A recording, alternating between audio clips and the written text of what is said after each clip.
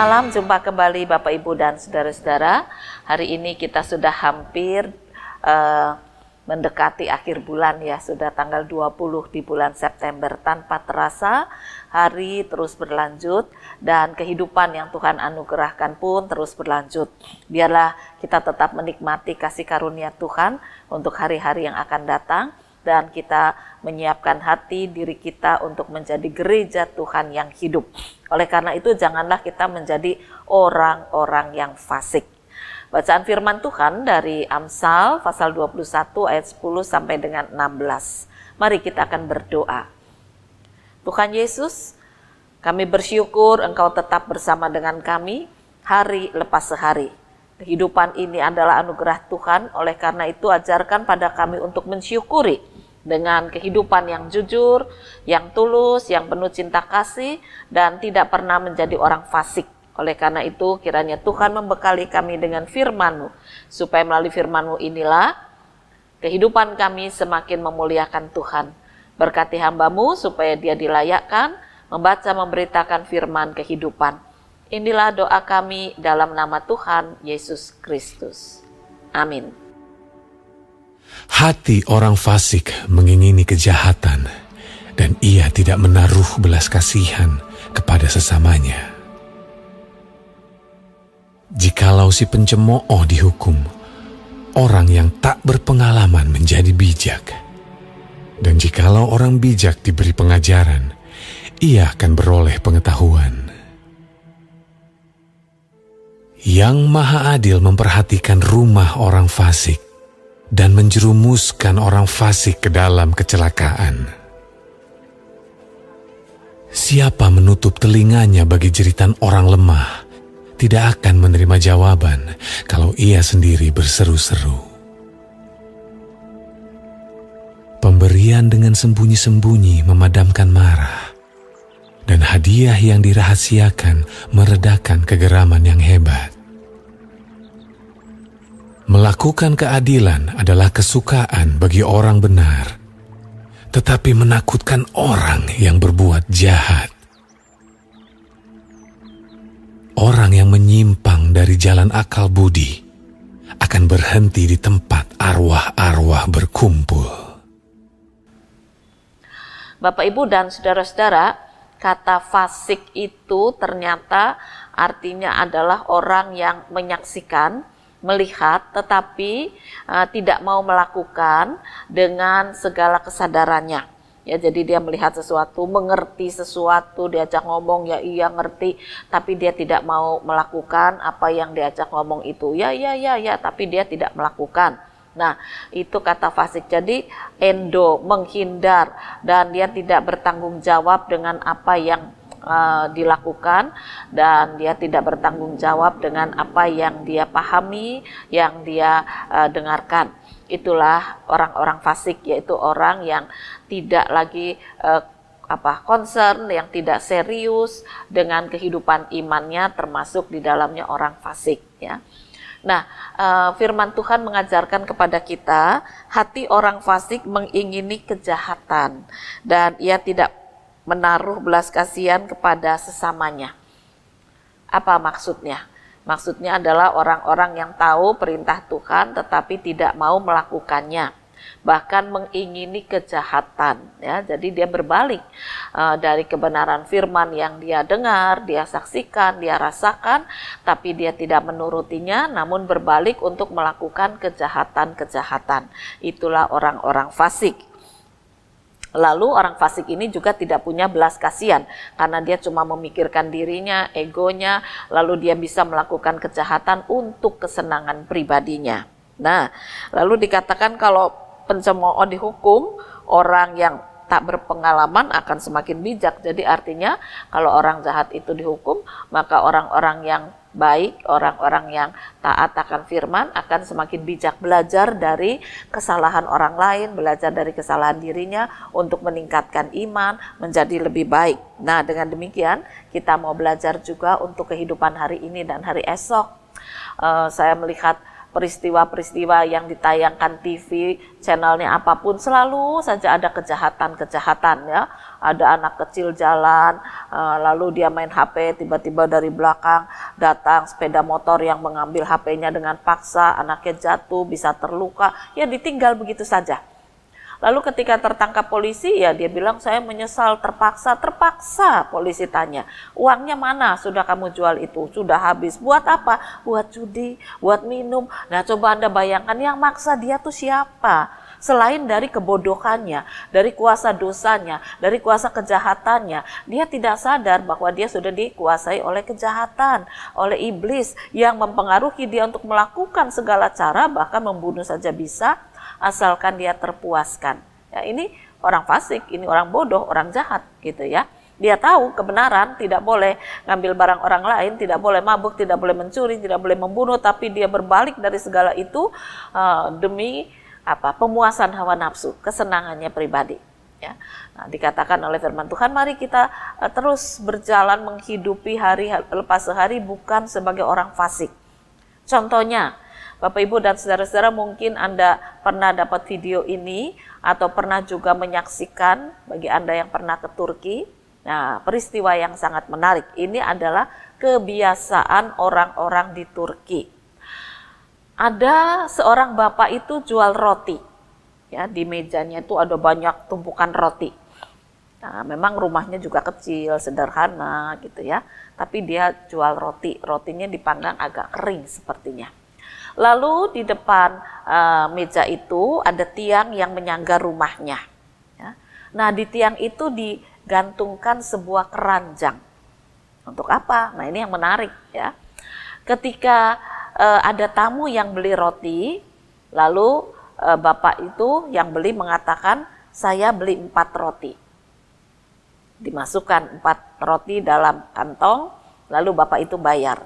Dan ketika akan dikembalikan kembaliannya, bapak yang beli roti itu mengatakan tidak usah dikembalikan pada saya dalam bentuk uang, tapi saya beli lagi 4 roti dan masukkan dalam keranjang. Oh ya baik, ya. Bapak yang jual itu mengatakan demikian. Ketika orang itu pergi, pembelinya pergi, bisa saja bapak itu tidak memasukkan 4 roti ke dalam keranjang. Tetapi dia mengatakan ini juga sudah dibeli. Oleh karena itu saya harus masukkan roti ini ke dalam keranjang. Maka dimasukkanlah 4 keping roti ke dalam keranjang. Nah untuk apa dan untuk siapa? Ternyata roti yang ditaruh di dalam keranjang itu untuk orang-orang miskin yang tidak mampu membeli. Dia boleh minta kepada tukang roti itu roti yang dalam keranjang tadi secara gratis. Ya.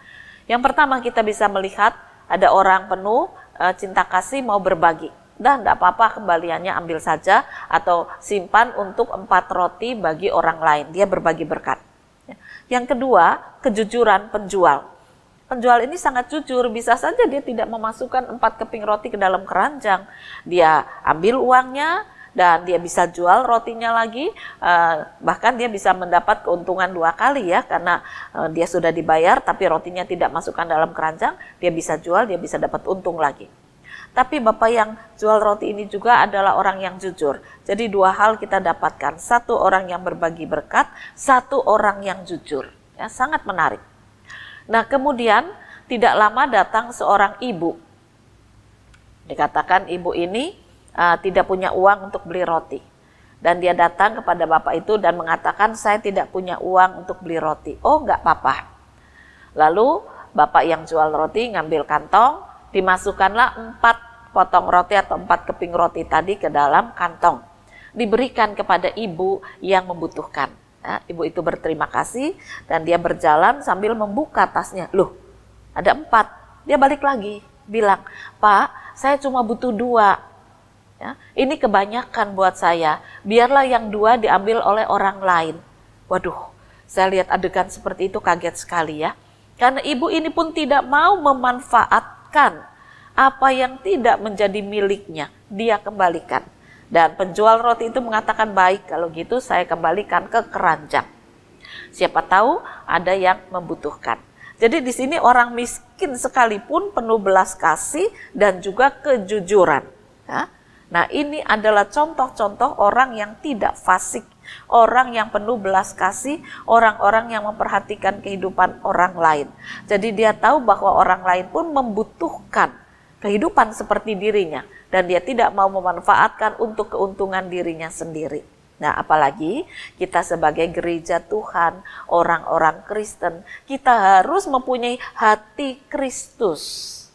Ya, hati yang penuh dengan belas kasih, juga kejujuran, juga membagi berkat, juga penuh dengan perhatian, dan itulah yang dimiliki oleh Kristus. Kristus memiliki hati yang kudus, yang suci, yang memberikan hidupnya untuk orang lain. Dan apakah itu ada di dalam diri kita sebagai gereja Tuhan yang hidup? Kita belajar, ya. Jangan jadi orang fasik, jangan jadi pencemooh. Sebab mereka tidak punya belas kasih, yang ada adalah kejahatan. Nah, di tengah kehidupan yang susah seperti ini, demo-demo mungkin masih akan ada, tetapi kita tidak perlu marah kepada pemerintah, karena kita harus menyadari seluruh dunia sekarang sedang krisis ekonomi. Ya. Pemerintah kita sudah berusaha sekuat tenaga untuk bagaimana mengayomi masyarakat. Memang akan ada yang dirugikan, ya, tetap ada. Orang-orang kaya rugi, apalagi orang yang tidak kaya. Ya, jadi ada banyak demo itu karena mereka mengatakan kami ini sudah tidak kaya, lalu bagaimana kami bisa hidup? Nah, kenapa mereka harus sampai marah seperti itu? Karena mereka sepertinya tidak punya harapan. Sepertinya mereka melihat hari esok dengan gelap. Nah, oleh karena itu kita sebagai gereja Tuhan diingatkan untuk tidak menjadi pencemooh, untuk tidak menjadi orang fasik, tetapi orang yang berbagi berkat, orang yang jujur, orang yang perhatian. Itulah hidup di dalam Kristus. Hati Kristus ada dalam diri kita. Firman Tuhan ada dalam diri kita. Kehidupan seperti itu yang seharusnya kita lakukan. Ya. Tapi seringkali tidak bisa karena kita masih dikuasai dengan ego, ketakutan, kesombongan, kebimbangan. Ya kalau hari ini aku udah ambil untung sebanyak-banyaknya, bagaimana? Apakah hari esok dijamin aku masih bisa hidup, dijamin aku masih bisa dapat keuntungan? Itu ketakutan. Dan oleh karena itu dia akan ambil segala cara untuk menutupi ketakutannya. Dia ambil keuntungan hari ini sebanyak-banyaknya, apapun yang terjadi, apakah itu melanggar firman atau enggak, dia nggak peduli. Yang penting kan dia merasa aman. Kalau ditegur, ditanya, dinasehati, marah. Memangnya kamu mau jamin hidup saya? Anakku si cilik-cilik, anakku masih kecil-kecil. Siapa yang akan menjamin mereka? Ya, pemerintah nggak bisa diandalkan. Tuhan, ya Tuhan beri akal budi kok. Boleh kita ambil keuntungan hari ini sebesar-besarnya, atau besok juga belum tentu aku dapat untung.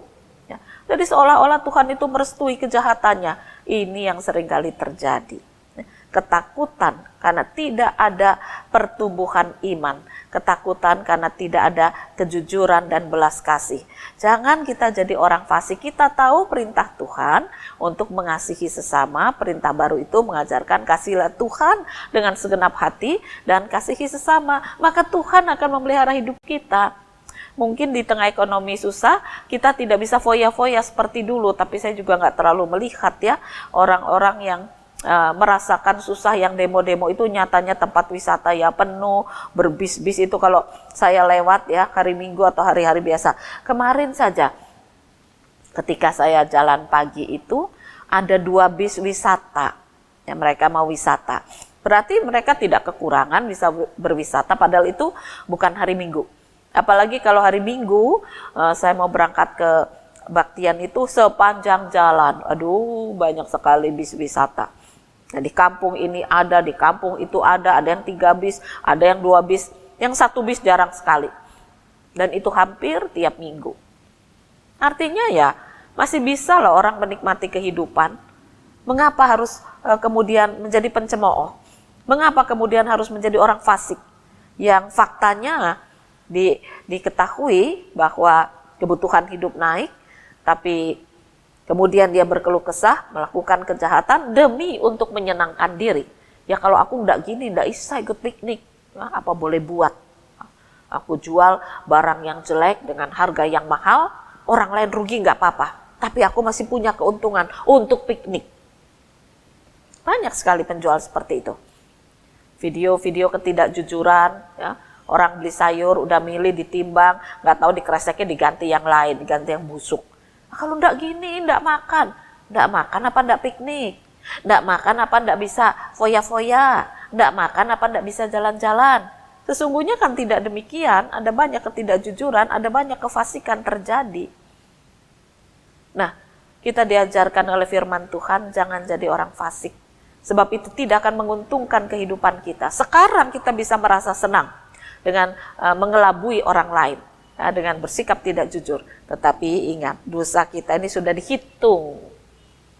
Dosa kita ini sudah dihitung oleh Yang Maha Kuasa. Tuhan Yesus sudah tahu sikap hidup kita, hati kita. Maka firman Tuhan hari ini mengingatkan, mari kita kembali hidup seturut kehendak Tuhan, yaitu kita tahu firman-Nya, mengasihi Tuhan, mengasihi sesama, berbuatlah demikian dengan kejujuran, dengan penuh perhatian, seperti Yesus memberikan perhatian kepada gerejanya. Milikilah hati Kristus, jangan cuma memiliki hati orang fasik, buang itu. Yesus sudah memberikan kepada kita kehidupan baru, hati yang baru, hidup yang baru, hati Kristus. Hendaknya menjadi bagian dari kehidupan kita sekarang dan di masa depan. Nah, oleh karena itu biar firman Tuhan ini menolong kita untuk meninggalkan kefasikan dan tetap memiliki hidup dengan hati Kristus. Selamat berkarya, Tuhan memberkati firman-Nya. Amin. Mari kita bersama-sama berdoa. Ajarkan pada kami memiliki hati Kristus dalam kehidupan kami waktu demi waktu, supaya perjalanan waktu yang berat ini akan kami lalui dengan keringanan, supaya perjalanan hidup anugerah Tuhan yang penuh dengan tantangan ini akan kami jalani dengan kekuatan baru setiap waktu. Kejujuran, cinta kasih, perhatian, kebaikan akan tetap menjadi bagian dari kehidupan gereja Tuhan. Dan dengan demikian, kesaksian kami ini akan membuat banyak orang melihat Kristus yang hidup dalam diri kami. Berkaryalah ya Tuhan. Inilah doa kami dalam nama Tuhan Yesus Kristus. Amin.